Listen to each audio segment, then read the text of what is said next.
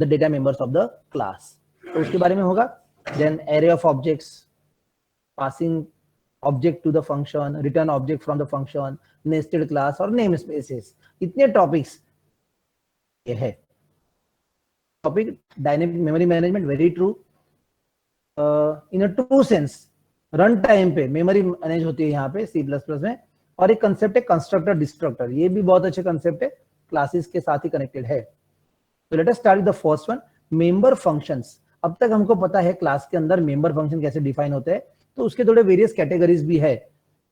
Normally तो हमने define कर दिया सॉरी, क्लास के मेंबर फंक्शन डिक्लेयर कर दिए, और अगर क्लास में बहुत लेंथ होती है तो हम वहां डिक्लेयर करते हैं, क्लास के बाहर डिफाइन करते हैं यूजिंग दैट स्कोप ऑपरेटर, बराबर है। तो इससे जो लेंथ कम हो जाए क्लास की वगैरह, वो सब एडवांटेज है, रीडेबिलिटी इंप्रूव होती है, all that things are there. उसके साथ साथ there are certain various categories of member functions available, तो वो मैं स्टार्ट करता हूं। यूनिट 2 हम स्टार्ट कर रहे हैं। Let me open the file. यहाँ पे OCP यूनिट 2 नाम का फोल्डर है, वो ओपन करता हूं मैं। उसमें मैंने PRG21, तो 21 22 वहां से हम नए प्रोग्राम स्टार्ट करेंगे यूनिट 2 के, ठीक है। उसका डेफिनेशन मैंने लिख के रखा है आपके लिए। As you can see now, various categories of member functions, class के मेंबर फंक्शन खुद के, राइट। तो as you very well know, class के अंदर दो चीजें होती है, मेंबर वेरिएबल, मेंबर फंक्शंस। तो various, one is called nested member function, overloaded member function, constant member function. इसी मेंबर फंक्शन में आर्ग्यूमेंट्स होगी, default arguments is there, and static member function. ये अलग कैटेगरी है। Late us see different programs of it. तो एक में simple class और उसके मेंबर फंक्शन देता हूं। एक सिंपल एग्जांपल के, नॉर्मल तो नेस्टेड मेंबर फंक्शन मतलब एक मेंबर फंक्शन दूसरे को कॉल करेगा, तो उसको बोलते हैं नेस्टेड मेंबर। हाँ, ये मेरा हमेशा रह जाता है, इंट के ऊपर लिखना है, करेक्ट करेक्ट, ओके। एक काम भी हो सकता है, पर नहीं, हमको कमेंट ऊपर ही रखनी है, रखो ऊपर ही कौन रखो कमेंट, ओके। हाँ, अगर मैं कोई क्लास लेता हूं, जैसे क्लास का नाम है सिंपल, और लेट अस सी क्लास के अंदर एक वेरिएबल है x, ये तो प्राइवेट हो गया। पब्लिक के अंदर मैं एक वेरिएबल लेता हूं void, लेट अस से set, एक इंटीजर वेरिएबल आता है अंदर से, आप उसको कुछ भी नाम दे सकते हो। अभी ये डिक्लेयर किया सिर्फ मैंने, void get, तो वैल्यू उसकी, सॉरी माय मिस्टेक, रिटर्न करवाते हैं उसको। सेट से वैल्यू सेट होगी, गेट से वापस मिलेगी, और एक void मैसेज नाम का फंक्शन होगा। एंड यहाँ पे मैं अगर दे दूं क्लास ओवर, पहला पॉइंट देखते हैं इसमें से, nested member function.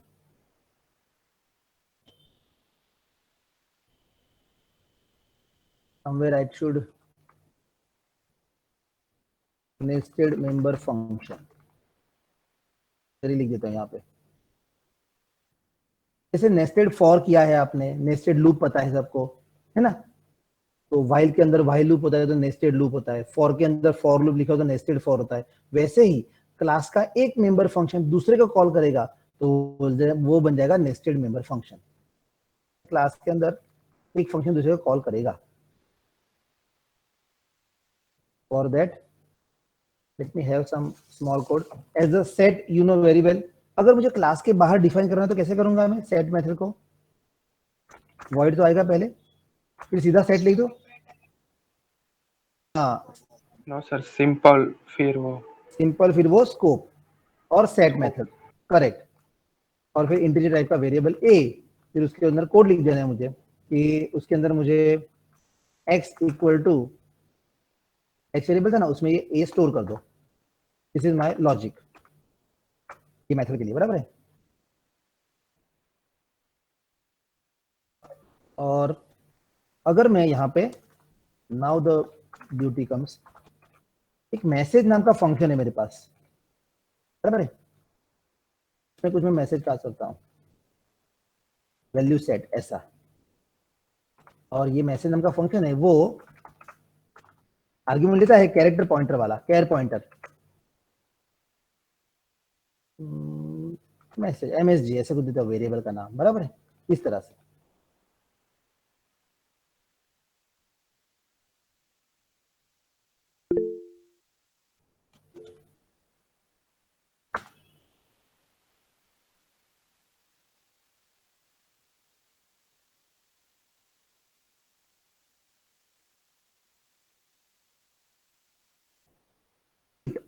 Get method, उसके अंदर क्या होना चाहिए, रिटर्न कौन सी वैल्यू, हाँ x की वैल्यू रिटर्न करेंगे, और ऐसा है तो रिटर्न करने से पहले ये कुछ, ये जो मैसेज नाम का उसका अपना मेंबर फंक्शन है ना, रिटर्न और रिटर्न x, सही है। तो यहाँ पे भी मैंने देखो मैसेज वाला यूज किया, तो वॉइड सिंपल के अंदर ये फंक्शन उसका अपना खुद का यूज किया, एक फंक्शन के अंदर दूसरा फंक्शन यूज करते हैं उसको बोलते हैं नेस्टेड फंक्शन, बराबर, नेस्टेड मेंबर फंक्शन। अब ये मैसेज के अंदर क्या है, क्योंकि यहाँ पे भी हमने यूज किया, ये देखो ये रहा मैसेज, तो ये मैसेज क्या लेता है, ब्रैकेट में आर्ग्यूमेंट लेता है, किस टाइप का है, तो स्ट्रिंग आर्ग्यूमेंट है, इसलिए मैंने उसको यहाँ पे ऊपर स्ट्रिंग मतलब कैरेक्टर पॉइंटर बना दिया, बराबर है। अब उस, हाँ बोलो,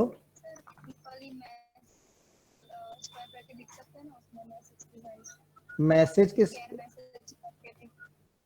हाँ वो, हाँ वो तो उसका ये बन जाएगा, वेरिएबल बन जाएगा, कैर मैसेज करके, हाँ वेरिएबल बना सकते हो एरे बना के, वो तो इजी वे है कि एक वेरिएबल, हाँ एक्स के बाजू में यहाँ पे ऊपर एक वेरिएबल, जैसे आप ये बता रहे हो ना कि यहाँ पे एक्स के बाजू में कैर, यहाँ पे मैसेज वेरिएबल बना दो, हाँ ऐसा, हाँ ये, हाँ बिल्कुल, फिर ये वेरिएबल के अंदर वैल्यू स्टोर करवा दो, ये तो इजी वे है। यहाँ पे हमको पॉइंट ऐसा बताना है कि एक फंक्शन दूसरे को कॉल करता है, इसलिए मैं सेट कर रहा हूँ कि जैसे ये एक मैसेज है, मैसेज नाम का फंक्शन, और ये फंक्शन एक आर्ग्यूमेंट ले रहा है स्ट्रिंग का, तो वो फंक्शन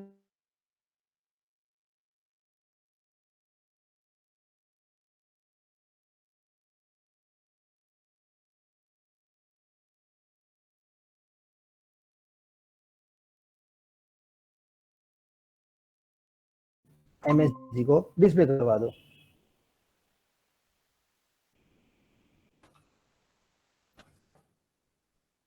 तो कहने का मतलब यहाँ पे जहां जहां वो मैसेज और आर्ग्यूमेंट आएगी वहां पे वो सी आउट कर देगा। नॉर्मल तरीका होता हमने यहाँ पे मैसेज के बदले यहाँ पे सी आउट वैल्यू सेट ऐसा लिख दिया, देखो मैंने, ये भी सेम ही काम हुआ ना, वर्क सेम, पर यहाँ पे ऊपर नहीं, हाँ पर कैरेक्टर पॉइंटर के लिए ये फैसिलिटी है कि आप सीधा उसका नाम लिखो तो भी चलता है। अगर इंटीजर पॉइंटर होता ना, इंटीजर पॉइंटर होता, फॉर एग्जांपल सपोज ये बताता हूँ, यहाँ पे ऐसा इंटीजर पॉइंटर p होता ना, मैसेज डिस्प्ले, तब जब आपको पॉइंटर भी बताना पड़ता, हाँ पर ये सी लैंग्वेज में भी ऐसा अवेलेबल है कि जब आपका कैरेक्टर होता है तो वो MSG जो वेरिएबल है उतना लिखो तो भी चलता है, उसका बाय डिफॉल्ट, क्योंकि वो कैरेक्टर पॉइंटर है तो पहला जीरो इंडेक्स वाला वैल्यू लेके वहां से कंटिन्यूस ले लेता है, ठीक है। हाँ तो कैर पॉइंटर में जरूरत नहीं पड़ती, अदरवाइज बाकी सारे इंटीजर, लॉन्ग, फ्लोट, डबल सब में ऐसे आगे स्टार लिखना पड़ता है। इसका मतलब होता है वैल्यू एट पॉइंटर p, और ये ऊपर स्टार बताया था, यस ऊपर ये स्टार बताया था, उसका मीनिंग होता है type of the pointer variable, बराबर ना, हाँ सी में पता ही था, बोलो सर ये आपने वर्ड मैसेज जो फंक्शन क्लास के बाहर लिखा है वो हाँ स्कोप हाँ ऑपरेटर के थ्रू नहीं लिखेंगे, उसको, सिंपल स्कोप ऑपरेटर फिर मैसेज, अरे yes yes yes yes very good, यहाँ पे तो क्लास आना ही चाहिए। देखो आपका कंपाइलर ये टर्बो सी के कंपाइलर से ज्यादा फास्ट है ये मुझे कंपाइल करने से पहले ही आपने बता दिया। तो now you can see we have this message simple is ready, we have sorry simple वाला मैसेज वाला फंक्शन रेडी है, और उसी फंक्शन को यहाँ पे भी यूज किया हमने, उसी फंक्शन यहाँ पे भी यूज किया, तो एक सिंक्रोनाइजेशन, एक कंटिन्यूटी यहाँ पे मेंटेन हो गई। और दोनों फंक्शन है, दोनों फंक्शन में सेट वाला फंक्शन और गेट वाला फंक्शन दोनों के अंदर ये मैसेज वाला फंक्शन कॉल हुआ है। जब कोई मेंबर फंक्शन दूसरे किसी में कॉल होता है तो उसको हम बोलते हैं नेस्टेड मेंबर फंक्शन कॉलिंग, बराबर है। बस ये सिंपल कंसेप्ट है। फॉर लूप के अंदर फॉर लूप यूज किया तो नेस्टेड फॉर बोल दिया, वाइल के अंदर वाइल यूज किया था तो नेस्टेड वाइल बोल दिया था। वैसे ही एक मेंबर फंक्शन के अंदर उसी क्लास का कोई दूसरा मेंबर फंक्शन यूज करते हो उसको बोलते हैं नेस्टेड मेंबर फंक्शन। बोलो इजी है कि नहीं कंसेप्ट? बस यस सर। अभी अभी मेन के अंदर मुझे उसका मैं S1 સર ऑब्जेक्ट बनाता हूँ। સ્કોપ ઓપરેટર નું ઇન્ટ ગેટ માં બાકી છે, એ પણ ક્લાસ Int, નું ફંક્શન છે। હા બિલકુલ ઇન્ટ માં બાકી રહી ગયું। ક્લાસની બહાર નીકળો તો બધું બતાવવું જ પડે તમને કે આ ફંક્શન કયા ક્લાસનું છે। કરેક્ટ, ત્રણેયમાં આવી ગયું। હવે જો સિમ્પલ નો S1 બનાવ્યો, બરાબર છે। હવે મારે અહીંયા S1 ડોટ મેસેજ અલગથી કોલ કરાવવું પડશે? નો, S1 ડોટ ખાલી સેટ કોલ કરાવવાનું, એક આપણે વેલ્યુ સેટ કરાવી અને S1 ડોટ ગેટ કરાવવાનું, એમાંથી વેલ્યુ પાછી આવશે તો પાછી આવે એટલે અહીંયા આવશે મેમરીમાં ખાલી। તો એમને ખાલી વેલ્યુ કોડિંગ લાઈનમાં મૂકી દે થોડી ચાલે, એ કંઈ કરાવવું પડશે ને આપણે। બધું सेट तो क्लियर हो गया। S1 डॉट, हाँ एग्जैक्टली। अगर ये वैल्यू यहाँ पे फंक्शन इंटीजर ला रहा है वापस, रिटर्न टाइप इंटीजर है, तो एक ऑप्शन है कि या तो उसको कोई वेरिएबल के अंदर स्टोर करवाओ इस तरह से, बराबर ना, एक ऐसा स्टोर करवाओ, या तो फिर उसको कुछ सी आउट में लगा दो। तो हम सीधा सी आउट में रख देते हैं यहाँ पे and let us see the output now. आपको S1 डॉट मैसेज अलग से कॉल करवाने की अभी जरूरत नहीं है, करवा सकते हैं अगर करवाना है तो। जैसे आपने लिया सपोज, बोलो होगा कि नहीं? हाँ बिकॉज ये मेंबर फंक्शन है, हाँ लास्ट में होगा, करेक्ट है। तो ये सेपरेटली कॉल किया और सेट के अंदर नेस्टेड कॉल किया है, गेट वाली मेथड में भी नेस्टेड कॉल किया है। तो सेट और गेट के अंदर नेस्टेड हुआ और ये वाला सेपरेट हो गया। चलो रन करते हैं, कंपाइलेशन नो एरर और कंट्रोल F9। वैल्यू सेट पहले आ गया, वैल्यू रिटर्न और वैल्यू भी डिस्प्ले हो गई एंड थैंक यू आ गया। अच्छा रिटर्न के बाद आपने स्पेस दे सकते हैं। ये तीसरा वाला थैंक यू जो है वो मेन के अंदर में सेपरेटली कॉल किया है मेथड, राइट। तो यहाँ पे बस ये फीचर अपने याद रखना है, member function like message is a member function. Member function can be called inside any other member function as a nested, and it can be called in the main માંથી ક્યાં જતું રહ્યું બધું? અચ્છા મેં સેવ માં નો આપ્યું હતું, પતી ગયું। S1 dot get નહીં set અને S1 dot get અને save out, આ લખેલું બધું જતું રહ્યું, કદાચ સેવ કરવાનું રહી ગયું। અને S1 ડોટ મેસેજ ની અંદર થેન્ક યુ, વેરી ગુડ। એટલે અહીંયા ક્લાસ ઓબ્જેક્ટ બનાવ્યો, ઓબ્જેક્ટના ત્રણ વસ્તુ કોલ કરાવી, ગેટ સીએચ F2 માં આપવાનું હતું એના બદલે નો આપ્યું હતું। શું થાય છે સી આઉટ તાર્યો, હા સી આઉટ માં સ્લેશ એન સાથે મેસેજ ડિસ્પ્લે છે, ગેટ ક્યાં ગયું મારું? આ લ્યો વેલ્યુ રિટર્ન, રિટર્ન પછી તરત આવી જાય છે, એના બદલે મારે અહીંયા એક સ્પેસ આપી દેવું છે। સ્પેસ આપી એટલે સ્પેસ પછી વેલ્યુ બતાવશે, બરાબર ને? હા ચલો ગેટમાં પહેલે મેસેજ આવે છે, મેસેજ આવે પછી વેલ્યુ રિટર્ન થાય છે, જ્યાં રિટર્ન થાય ત્યાં બતાવશે। ઓકે અહીંયા અહીંયા પહેલા મેસેજ આવશે ને બાજુમાં વેલ્યુ આવશે, કરેક્ટ। યસ અલ્ટર F9 અને કંટ્રોલ F9, બરાબર। વેલ્યુ સેટ પછી વેલ્યુ રિટર્ન્ડ આ બંને વસ્તુ મેસેજ નામના ફંક્શન માંથી આવી, correct or not? Very good. નામનું જે આ ડિસ્પ્લે દેખાય છે એ પેલું સેટ નામની મેથડનું પોતાનું નથી। सेट मेथड में तो एक ही काम किया आपने, कहाँ गया सेट मेथड? ये रहा, सेट मेथड में आर्ग्यूमेंट आई तो सिर्फ वेरिएबल में जाके स्टोर हो गया, मैसेज नाम का फंक्शन कॉल हो गया, वहां पे एग्जीक्यूट हो गया और जो भी आपने पास किया था स्ट्रिंग वो डिस्प्ले हो गया। क्योंकि मैसेज वाले फंक्शन में हमने ऐसा लिखा है कि जो भी आर्गुमेंट आती है उसको सी आउट कर दो, वही चीज यहाँ पे भी हुई, जब गेट कॉल हुआ, जहां पे कॉल हुआ था गेट, वहां पे वैल्यू वापस तो आई थी, पर एग्जीक्यूट करते वक्त सबसे पहले उसने मैसेज बताया, उसके बाद वहां पे वैल्यू वापस आई। तो यहाँ पे जहां नीचे आपने दिस गेट फंक्शन, ये s1 डॉट गेट, इस जगह पे पहले वो मैसेज वाला फंक्शन एग्जीक्यूट होता है, इंटरनल नेस्टेड फंक्शन, और बाद में वैल्यू रिटर्न आती है, बराबर ना? Okay. As well as we have shown that you can call the function as a normal also. Yes, one dot message. ये nested के बदले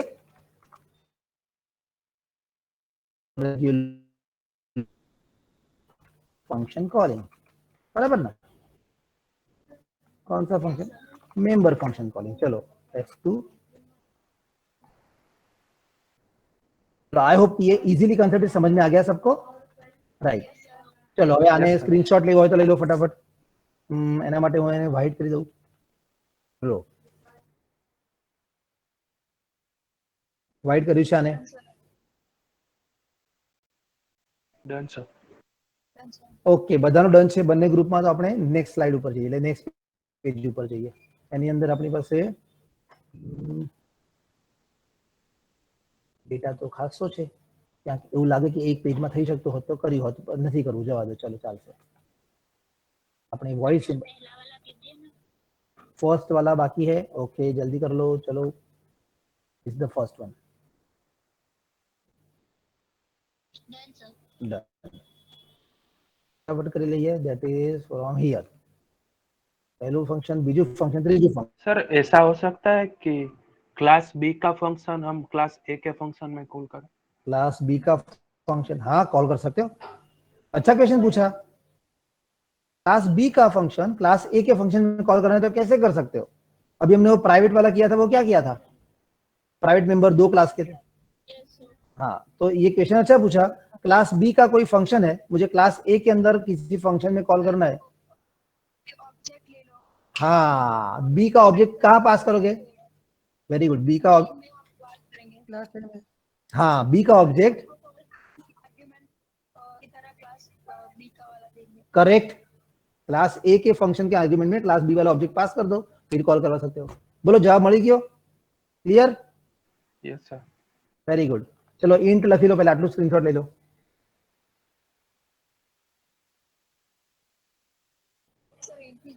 राधे कृष्ण। एक मिनट, इंट થી લેવું છે? હા બસ આટલું જ રાખીએ। ચલો ये नવું स्क्रीन આપણે इंट वाળું લઈ લઈએ। कितना स्क्रीनशॉट ले लो पहले? डन, सबका डन हो गया तो नेक्स्ट करूं मैं? Done sir.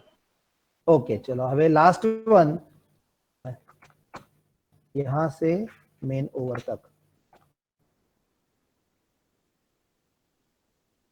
चलो क्विकली डन है, वेरी गुड। હવે इसी फाइल को मैं करता हूं सेव एज। यूनिट 1 के प्रोग्राम, अच्छा यूनिट 1 के प्रोग्राम नहीं आए ग्रुप में? अच्छा, ये जो पार्ट 2 था, जो अपना पार्ट 1 तो बराबर है 12 तक, ये पार्ट 2 वाला नहीं। अच्छा ये बाकी है, तो मैं okay okay done done done, yes yes my mistake. ये एक्चुअली अपना खत्म किया दिस पॉइंटर का, उसके बाद वहां तक के प्रोग्राम देने थे। आज आपको ये क्लास के बाद तुरंत पहले भेज देता हूँ, ये वाले सारे, है ना? Yes yes. चलो इसमें आगे बढ़ते हैं। ये तो एकदम इजी कंसेप्ट था। सेकंड कंसेप्ट भी इजी है, पर एक ही प्रोग्राम में नहीं हमको इम्प्लीमेंट करना है, इसलिए मैं इसको थोड़ा सा प्रोग्राम फटाफट चेंज कर लेता हूँ। सेव एज और सेव एज, हाँ वो बेटर रहेगा। तो इसको हम नया नाम दे देते हैं PRG22। बस 2 वाली सीरीज जो आ रही है वो सारी यूनिट 2 वाली है। अब इसके अंदर ओवरलोडेड मेंबर फंक्शन, आपको ओवरलोडिंग तो बहुत अच्छी तरह से पता है। ओवरलोडेड, हमने इसके पहले ओवरलोडिंग फंक्शन जो किए थे वो हमने क्या बोलते, क्लास के अंदर, हाँ फाइंड एरिया किया था, करेक्ट। तो अभी क्या है, कोई भी मेंबर फंक्शन दो क्लास के अंदर भी ओवरलोड हो सकता है, अलग अलग तरह से। हाँ कैसे? तो सपोज हम क्लास सिंपल, मैं चलो क्लास का नाम देता हूँ सिंपल 1, और इसके अंदर एक फंक्शन लिखता हूँ, बाकी सब कुछ हटा देता हूँ। अभी तो just for the showing the concept public लिखना पड़ेगा, बता दो अभी।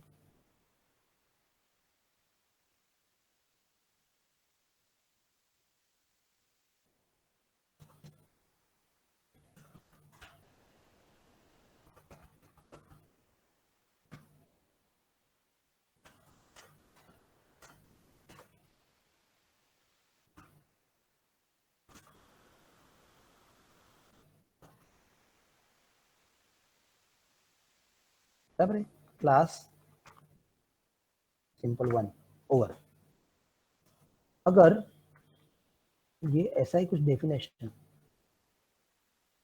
Control insert shift control insert sir પેલા ઓલું સેમિકોલન ની આગળ ઓલું કાઉન્ટ્સ નું થઈ ગયું છે. સેમિકોલન ની આગળ, હા શિફ્ટ ઇન્સર્ટ, સેમિકોલન ની આગળ બ્રેકેટ બની ગયું છે। ओके, अभी अज्यूम करते हैं कि ऐसे दो क्लास है, एक क्लास का नाम है सिंपल वन, दूसरे क्लास का नाम है सिंपल टू, और दोनों क्लास के अंदर फंक्शन की डेफिनेशन सेम है,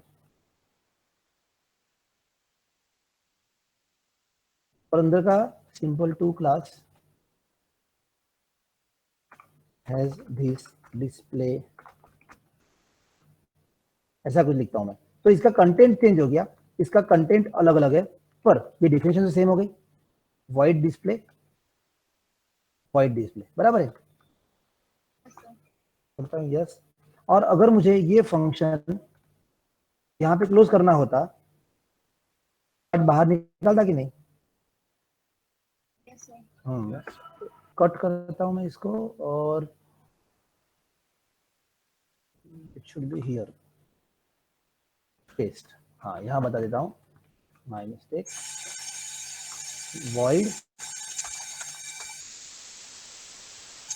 सिंपल वन क्लास, इसका डिस्प्ले है,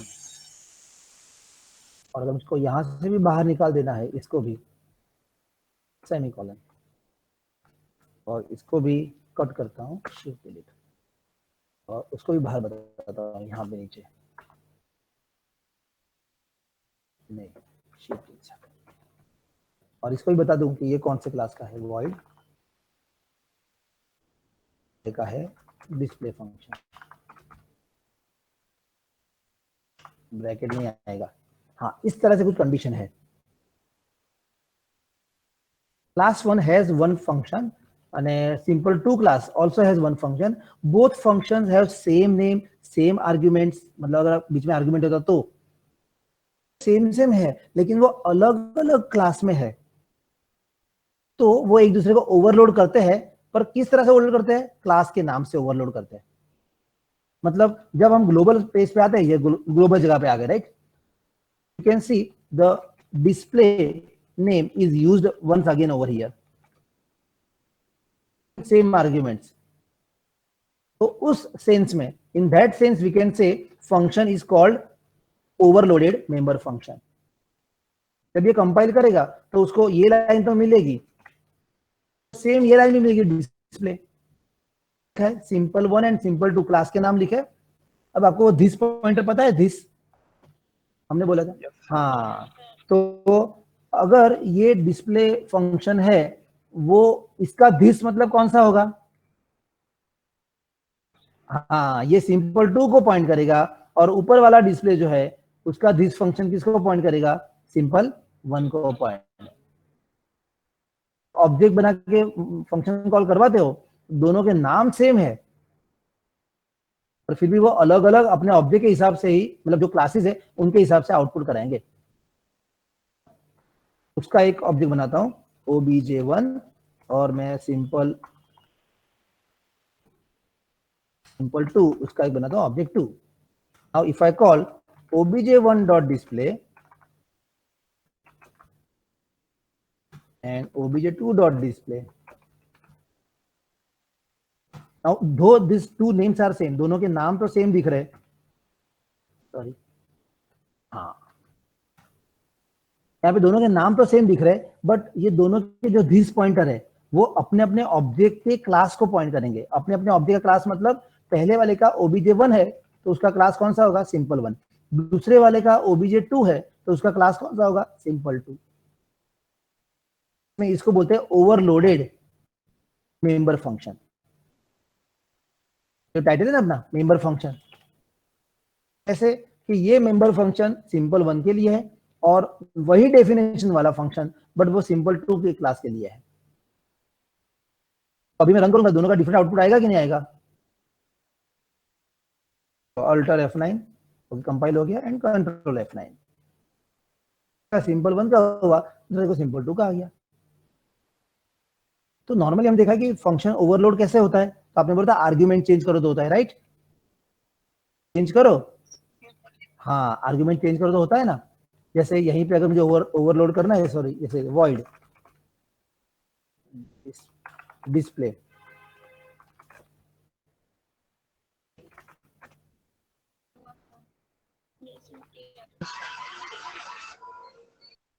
ओवरलोड, फिर अगर सिंगल वैल्यू है लेकिन वो टाइप चेंज कर दूं मैं, बोलो ये भी ओवरलोड हुआ कि नहीं। Yes sir. तो this is overloading but within the same class, एक ही क्लास के अंदर। This is overloading within the same class. Overloading ये जो है ये वाला, this is overloaded over here with the different class, है ना। वही void display, number of arguments भी दोनों की सेम है। ये जो हाईलाइट किया मैंने वो सिंपल2 क्लास को बिलोंग करता है और ये वॉइड डिस्प्ले जो सिंपल1 क्लास को बिलोंग करता है। तो ग्लोबल में जब देखने जाओ तो दोनों के नाम सेम है फंक्शन के, लेकिन वो दोनों के दिस वाले पॉइंटर अलग अलग है। हाँ बोलो। हमें दो क्लास होते और हमें एक ही ऑब्जेक्ट दिए, तो क्लास को एक्सेस कर सकते हैं एक ऑब्जेक्ट से। फंक्शन को ऑब्जेक्ट हो और दो क्लास हो तो हम दोनों क्लास को एक्सेस कर सकते हैं। नहीं, हम जो ऑब्जेक्ट बनाते हैं ना, वो जिस क्लास का बनाते हैं ना उसी को एक्सेस कर सकते हैं। दो क्लास बना सिंपल1 सिंपल2, हाँ दोनों में ऑब्जेक्ट 1 कर देता। नहीं, दूसरी बार यहाँ पे ऑब्जेक्ट1 लिखोगे ना तो वो ऐसा बोलेगा कंपाइल टाइम पे कि already object name declared. Multiple declaration ऐसा बोल देगा। हाँ, इसलिए आपको ऑब्जेक्ट2 मतलब नए ऑब्जेक्ट से लेना पड़ेगा। मल्टीपल डिक्लेरेशन मतलब ऑलरेडी ये डिक्लेयर आपने पहले यहाँ कर चुके हो, तो अब वही नाम वापस दूसरी जगह यूज नहीं कर सकते। पर यही चीज आपने जो बोली वो हमको यहाँ मिल गई। देखो अगर ऐसे देखा जाए तो जब हम वॉइड डिस्प्ले डिक्लेयर करते हैं, चीज उसी क्लास में डिक्लेयर नहीं कर सकते, पर अगर हमने दूसरी जगह पे यहाँ पे वॉइड डिस्प्ले डिक्लेयर किया, बाकी सेम नेम तो अलाउ नहीं करना चाहिए, बट उसने क्यों अलाउ किया है यहाँ पे। हाँ एग्जैक्टली, वो दूसरे क्लास में है। मतलब ये वॉइड डिस्प्ले इस क्लास को बिलोंग करता है और ऊपर का वॉइड डिस्प्ले बिलोंग करता है, इसलिए वो अलाउ हो गया। तो सी में ऐसा अलाउ ही नहीं था, सी में एक वेरिएबल दो बार नहीं बना सकते, और यहाँ पे उसने ये कंसेप्ट ले लिया कि अलग अलग क्लास, मतलब अलग अलग डिजाइन के आपके वो एनकैप्सुलेशन है, तो उसमें अलग अलग जगह पे सेम नाम अलाउ कर सकते हो।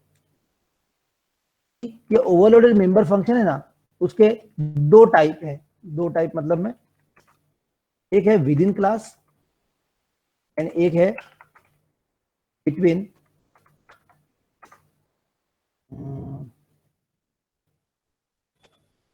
Other class.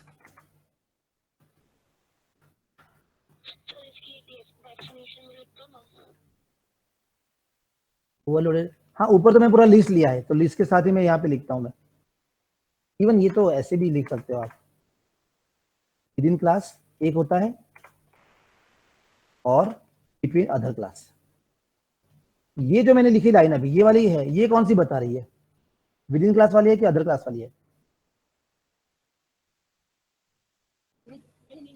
हाँ this is with in class, एक ही क्लास के अंदर अपने फंक्शन को ओवरलोड किया, तो ये भी मेंबर फंक्शन ओवरलोडिंग हुआ कि नहीं। Yes sir. गुड। और ये जो कर रहा हूं मैं, ये वाला वॉइड डिस्प्ले, ये कैसा हुआ, बिटवीन क्लास। अदर क्लास हुआ। करेक्ट करेक्ट, के अंदर हमको दोनों को इंप्लीमेंट करना है। अब मुझे ये जो थे इनके मुझे ये लिखना है कोडिंग फटाफट, और मेन में कॉल कर देते हैं, late us see what is the difference, बराबर ना।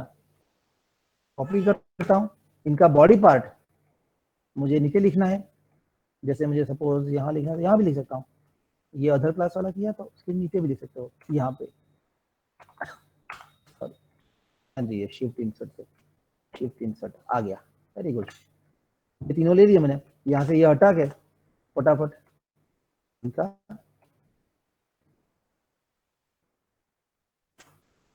और फ्लोट वाला है, ओके।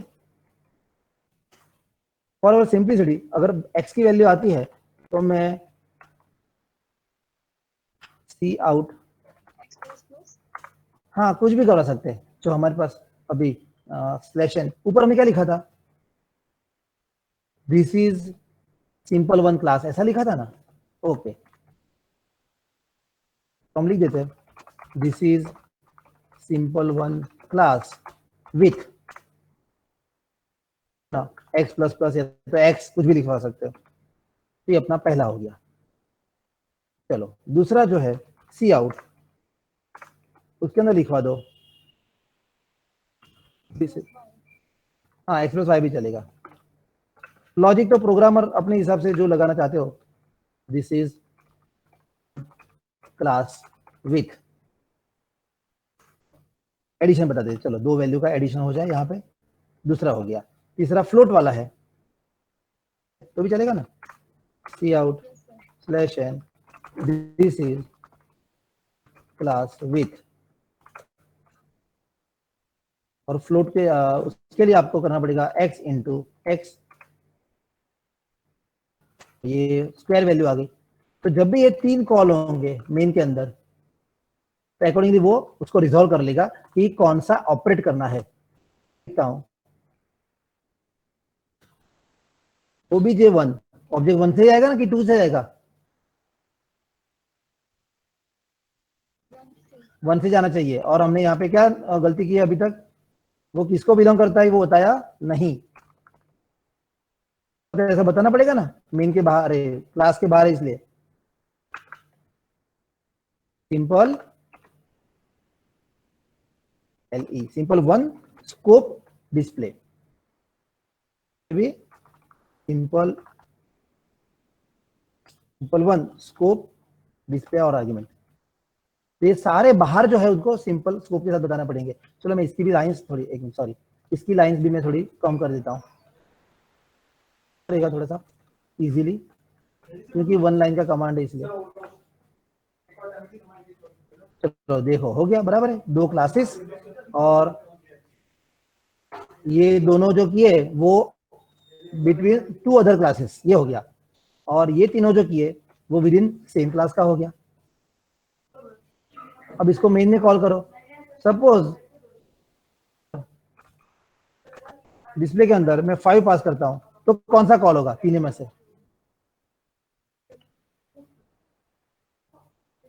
फर्स्ट वाला।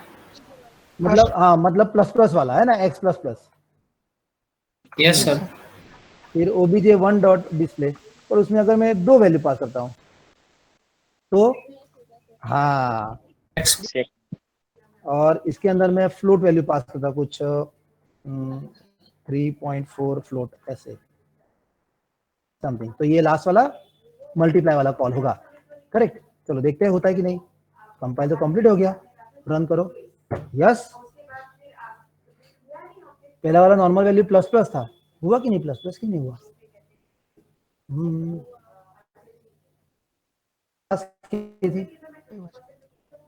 सॉरी ये 5 पास किया है, यहाँ पे जो आउटपुट है ये क्यों 5 ही आया, कोई बताएगा? Post increment. हाँ एग्जैक्टली, पोस्ट इंक्रीमेंट है, मतलब उसने क्या किया, x की वैल्यू 5 थी, उसको पहले इसको इंसर्ट दे दिया, इंसर्शन ऑपरेटर है ना, is inserted to the insertion operator, और जो भी है वो इंसर्ट किया इसके अंदर, और बाद में जब हो गया तब पोस्ट के बाद ये प्लस प्लस किया उसने। तो हमको अगर ऐसा ऐसा करना है, चलो हाँ अभी प्री होना चाहिए, ऑपरेटर F9 कंट्रोल F9। बोलो अभी पता चला। Yes sir. Yes sir. तो x प्लस प्लस लिखा था वो पोस्ट इंक्रीमेंट था। पोस्ट इंक्रीमेंट मतलब पहले वैल्यू अंदर पास कर दो और इंक्रीमेंट बाद में करो। अब ये प्री इंक्रीमेंट है, मतलब ये ऑपरेशन पहले होगा कि x की करंट वैल्यू को इंक्रीमेंट करो, फिर जो आती है वैल्यू उसको इंसर्शन ऑपरेटर में पास करो। इंसर्शन ऑपरेटर इसके साथ उसको ज्वाइन करेगा और ये जो स्ट्रिंग है वो सी आउट में जाएगी तो डिस्प्ले हो जाएगा। बोलो समझाओ कि नहीं? Very good, very yes good. Sir. તો જુઓ આ બીજો પ્રોગ્રામ પણ આપણો રેડી થઈ ગયો। હવે અહીંયા હું લખી શકું છું overloading member function within a single class. બરાબર છે ને? આ બધા એવા જ છે નીચેવાળા પણ। અત્યારે અહીંયા આવું તમે કરો છો ને લખતી વખતે આપણે નથી કરતા જે કેરી ફોલો કરવું હોય તો એટલે હું અત્યારે એવું લખું છું સેમ એઝ અબો बस F2। ये जो दोनों है ये दोनों ये क्या है? ओवरलोडिंग, हाँ member function other class. Yes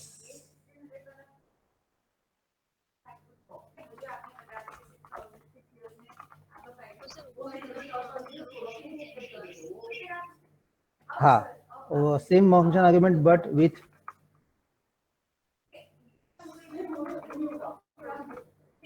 F2। ऊपर क्या કરવું પડશે આપણે બોલો? અહીંયા થાય છે, આ રહ્યું ને? હા હા, એટલે અહીંયા અહીંયા એવું લખી શકાય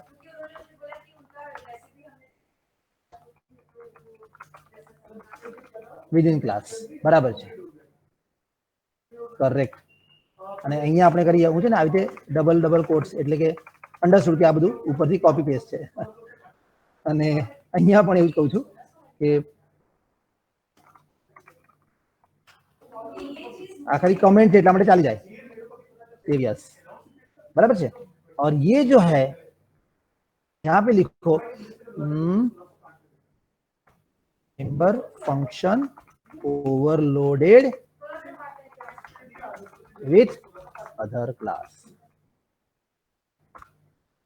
तो है फंक्शन छोटी सी लेकिन इजीली अंडरस्टूड है कि अगर अपने ही क्लास में आर्ग्यूमेंट चेंज करते हो तो ओवरलोड हो गया विदिन क्लास, और दूसरे क्लास में आर्ग्यूमेंट सेम रखते हो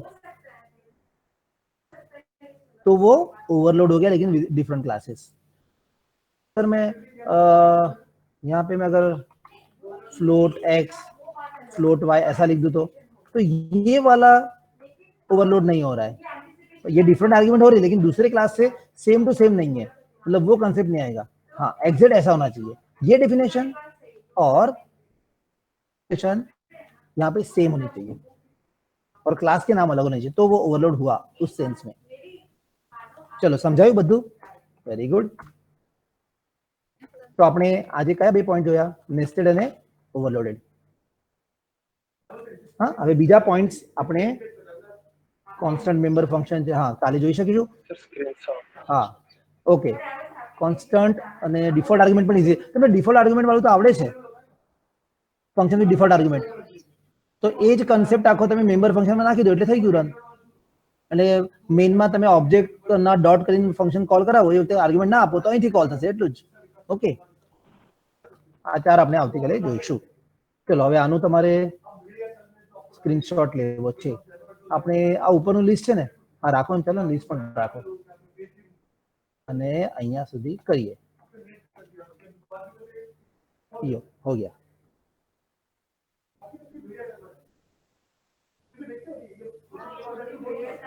दोनों ग्रुप Done, में sir. हाँ Done, sir. Sir okay. चलो હવે બીજી સ્ક્રીન એમાં सिंपल 2 वाले क्लास का क्लास ले रहा। हाँ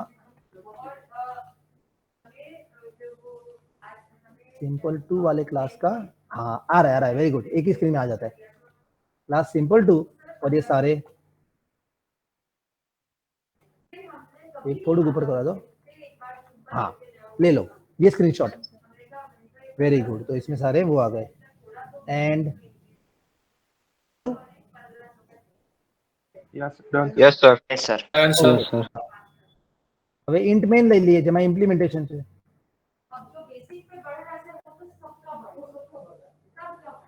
તો આપ એક હા Done, વેરી sir. ગુડ. હવે એક વસ્તુ તમારે બધાએ પ્રેક્ટિસમાં રાખવાની, જ્યારે પણ તમે તમારા પોતાના પ્રોગ્રામ બનાવો છો ને બીજા બધા જે યુનિટ 1 માં આપણે ત્રણે કર્યા બાકીના પ્રોગ્રામ તમારે કરવાના છે, તો બે વસ્તુ ખાલી ધ્યાન રાખજો કે જ્યાં તમારો ક્લાસ પતે ને આ વાળી લાઈન ક્લાસ જે પતતો હોય ને ત્યાં સેમિકોલન આપ્યા પછી ડબલ સ્લેશમાં એક કમેન્ટ નાખી દેવાની ક્લાસ પતે છે એવું, અને બીજું તમારે એક કમેન્ટ નાખવાની આ વાળી. આ બે કમેન્ટ તમારા પ્રોગ્રામમાં હોવી જ જોઈએ. બસ એટલે તમારે Sir, કેટલા repeat again. સોરી सर, एक हाँ, बार मैं- रिपीट कीजिए ना कमेंट वाला. हाँ मैंने ऐसे बोला कि आप कोई भी प्रोग्राम बनाओ C++ के प्रैक्टिकल के या कोई भी, पर उसमें एक तो मेन को जहां क्लोज करते हो वहां पे कमेंट डालना हमेशा सीख लो, और दूसरा जहां पे कोई क्लास बंद करते हो ना, ये क्लास क्लोज किया यहाँ पे तो क्लास को बंद करने की कमेंट डाल दो. ऐसा रखोगे ना प्रैक्टिस, खुद की प्रैक्टिस हैबिट में, तो कभी भी आपके प्रोग्राम में एरर कोई नहीं आएगी. आपकी इसकी होती है क्लोजिंग ब्रैकेट्स की, और जब ज्यादा ब्रैकेट बढ़ जाते हैं तो कंफ्यूजन होता है किसका ब्रैकेट कौन सा है. ठीक है, तो ये एक सजेशन था सिर्फ कि व्हेनेवर. हाँ बोलो क्या गए. अरे बहुत अच्छा सवाल पूछा, बहुत अच्छा सवाल पूछा भाई. આ એક સ્ટુડન્ટે પૂછ્યું છે ઇન્ટ મેન કેમ લેવાય, એનો આન્સર આ લાસ્ટ લાઈનમાં છે રિટર્ન 0. કોણ સમજાવશે जल्दी बोलो. जो स्टूडेंट्स को ये टॉपिक में डिस्कस किया था प्रेजेंट थे उनको याद होगा. वॉइड मेन क्यों नहीं लेते, क्यों इंट मेन लेते हैं? क्योंकि सर वो इंटीजर वैल्यू लेता है ना सर, इसलिए 0 रिटर्न करवाना पड़ता है. इंटीजर वैल्यू तक जीरो रिटर्न करना पड़ता है, और इंटीजर में तो बहुत सारी वैल्यूज आती है. सक्सेसफुल वाला मैसेज देना होता है. हाँ नहीं नहीं, इंटीजर में रिटर्न करेगा. अरे अगर यहाँ पे इंट नहीं होता, कैर लिखता मैं, तो यहाँ पे रिटर्न के बदले कुछ भी वेरिएबल डाल देता मैं. बोलो ये तो मैच हो गया कि नहीं? समझे सो? Yes, sir. हाँ ये जो कैर है ना, तो कैर लिखता, फ्लोट तो फ्लोट लिखता, पर हम पर्पसफुली इंट लिखते हैं. क्यों लिखते हैं? अभी एक स्टूडेंट ने बोला successful completion of the program, ऐसा बोला. वो क्या होता है?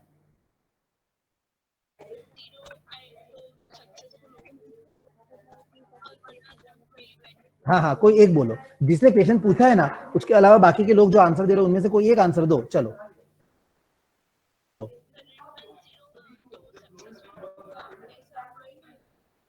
हाँ, वरना जंक वैल्यू आएगी, ऐसा तो नहीं है. हाँ अभी बॉयज में ट्राई करो, कोई आपने बताया लेकिन उसको Sir, proper- 0 is the error code of successful execution. बराबर. देखो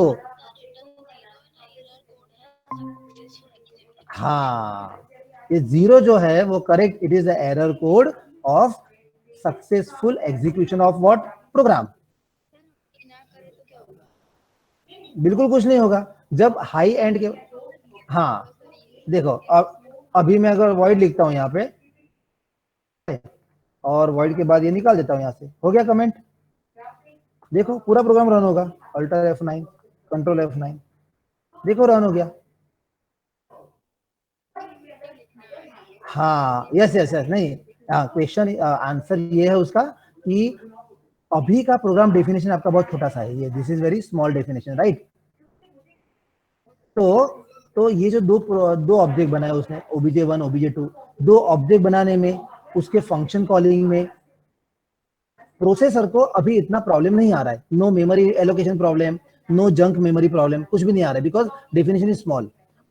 but using C++ when the large systems are created, जब बड़े बड़े सॉफ्टवेयर बनाते हैं उनके जो प्रोग्राम बनते हैं ना, उसमें जैसे मैंने अभी बात किया था, किसी एक क्लास के अंदर 40 to 45 तो सिर्फ मेंबर्स होते हैं वेरिएबल, फिर 18 से 20 तो फंक्शंस होते हैं.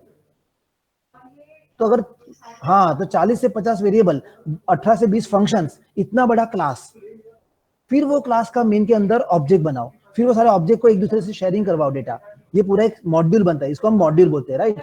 अगर वो प्रोग्राम को आपको, उस प्रोग्राम को हार्ड डिस्क में से रैम में लाना है, मतलब ऐसे स्क्रीन पे लाना है, उसको कंपाइल करना है ऐसे, उसको हमको रन करना है, तब जो मेमोरी रिक्वायर्ड होती है क्या वो प्रॉपरली एलोकेट हुई कि नहीं, क्या प्रोग्राम सक्सेसफुल एग्जीक्यूट हुआ कि नहीं, ये वाला एक्नॉलेजमेंट, ये वाला फीडबैक कौन देता है?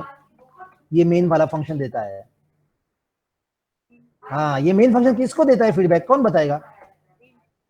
इंट को नहीं, इंट तो टाइप होती है। प्रोसेसर।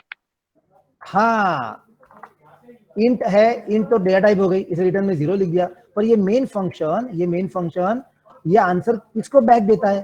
तो पहले सवाल ये होता है कि ये मेन फंक्शन एग्जीक्यूट किसने किया, who executed this main function? हाँ, operating system, in other words ये स्टूडेंट ने बताया, प्रोसेसर, करेक्ट आंसर। ये टर्बो सी का पूरा देखो, मैं फिर से फाइल ट्वीट करता हूं, सेव यस। और देखो ये स्क्रीन था मेरे पास, अभी आपके स्क्रीन पे दिख रहा होगा, राइट? ये स्क्रीन पे मुझे अगर ये प्रोग्राम रन करना था C++ का, तो मैंने ये टर्बो सी कंपाइलर जो है ना, शॉर्ट आइकन डेस्कटॉप पे, उसको डबल क्लिक किया, ओपन हुआ डेस्कटॉप पर से। किसने ओपन किया? ओएस ने, OS मतलब इन अ सेंस प्रोसेसर ने। Processor is hardware.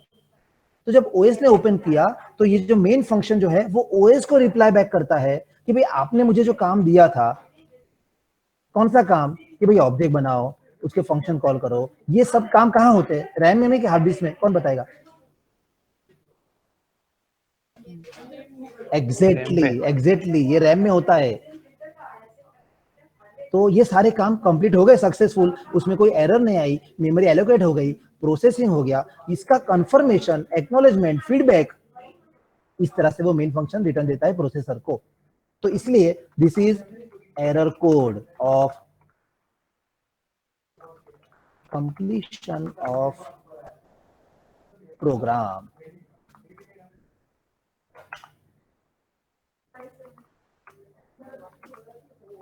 It is given from main to OS. yes sir very good. तो आज किसी ने, जो स्टूडेंट ने आज क्वेश्चन पूछा है, वेरी गुड, कि बहुत टाइम पहले, मतलब starting of the OCP, initially जब मैंने स्ट्रक्चर डिस्कस किया था कि ओसीपी का C++ का स्ट्रक्चर ऐसा होता है प्रोग्राम का, तब मैंने ये पॉइंट डिस्कस किया था, आज वो रिकॉल हो गया। चलो, तो जिसने क्वेश्चन पूछा आपको क्लियर हो गया बेटा? Very good. हाँ, तो ये 0 है, उसके बदले यहाँ पे -33 हो सकता है, इसके बदले यहाँ पे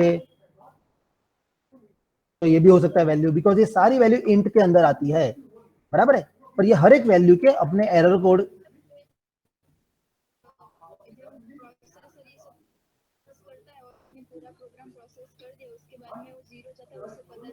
हाँ, बिल्कुल बिल्कुल बिल्कुल, क्योंकि आपका है ना F2, एक मिनट मैं सेव कर लेता हूँ। ये देखो, ये जो डेस्कटॉप की स्क्रीन है आपकी, ये आपका ओएस यहाँ बैठा है, कहाँ बैठा है? ये रहा, स्टार्ट बटन है ना यहाँ पे। ऑपरेटिंग सिस्टम का ये मेन मैनेजर यहाँ पे है। ये मेन मैनेजर, ये मेन मैनेजर के पास ये सारे छोटे छोटे मैनेजर है। एक टर्बो C7 वाला मैनेजर, एक ये कोई भी ना यहाँ पे एक्रोबेट रीडर ये रहा, ये गूगल क्रोम ये रहा, ये कोई फोल्डर ओपन कर रहा है, ऐसे अलग अलग मैनेजर थे, सब मैनेजर्स। अगर टर्बो सी वाले मैनेजर को कोई काम सौंपा, तो ये टर्बो सी वाला मैनेजर, सब मैनेजर मतलब, वो अपने ओरिजिनल मैनेजर को वापस रिप्लाई, क्या काम कंप्लीट हुआ कि नहीं, बस ये लॉजिक है। इसलिए हमारे यस, इसलिए इवन ये पीडीएफ है ना, ये पीडीएफ एक्रोबेट पीडीएफ, अगर मैं इसको क्लोज करता हूँ now, if I close this, तो एक क्लोजिंग तो हो गया, पर इसका एक्नॉलेजमेंट जाता है ओएस को, लेकिन बैकग्राउंड में सिस्टम प्रोग्राम में जाता है। रीडर वाला प्रोग्राम था, ये तो एक सॉफ्टवेयर होता है कि नहीं, पीडीएफ ओपन करने का। तो वो हाँ, तो पीडीएफ ओपन करने वाला सॉफ्टवेयर ओपन करने के बाद उसके अंदर एक फाइल ओपन हुई, उस फाइल को यूजर ने व्यू किया, चेंज किया, उस फाइल को क्लोज किया, उसके बाद वापस वो सॉफ्टवेयर क्लोज हो गया। तो हर एक एक्शन का एक्नॉलेजमेंट या फीडबैक इसको जाता है, इसको ऑपरेटिंग सिस्टम को, ओएस को। बस ये समझ लो कि कंपनी में ये बैठा है और वो मैनेजर सबको काम सौंपता है, सब मैनेजर्स, जूनियर मैनेजर अपने ओएस को रिप्लाई बैक करते हैं कि मेरा काम हो गया, मेरा काम हो गया। ऐसे कितने काम चलते हैं, तो आपको यहाँ तो पता ही होगा, कुछ टास्क मैनेजर ऐसा कुछ लिखो, ये रहा टास्क मैनेजर।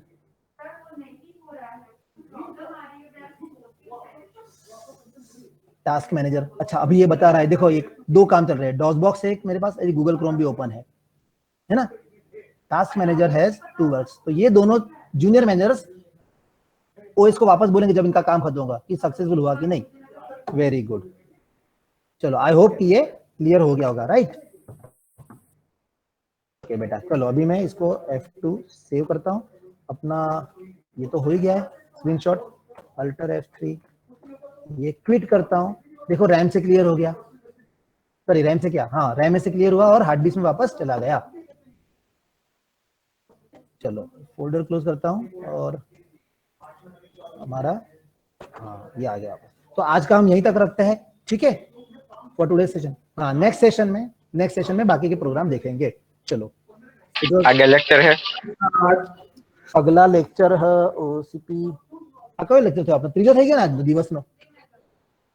હા બસ આજે છેલ્લો છે મંડે ટ્યુઝડે હા છેલ્લો, બસ આ લાસ્ટ લેક્ચર હતો, બરાબર છે સર ટાઈમ ટેબલ ભેજ દો ના। ટાઈમ ટેબલ છે ખરું પણ કન્ફર્મ વાળું નથી, એટલે ક્યારેક ઇમરજન્સીમાં કોઈ ચેન્જીસ થાય ને તો એ નથી રહેતું, શું કહેવાય, શ્યોર નથી રહેતું, એટલા માટે, બરાબર। તો હું પછી વાત કરું છું મેં એમને, અને એવું તમને ક્લાસરૂમ પર મળી જશે।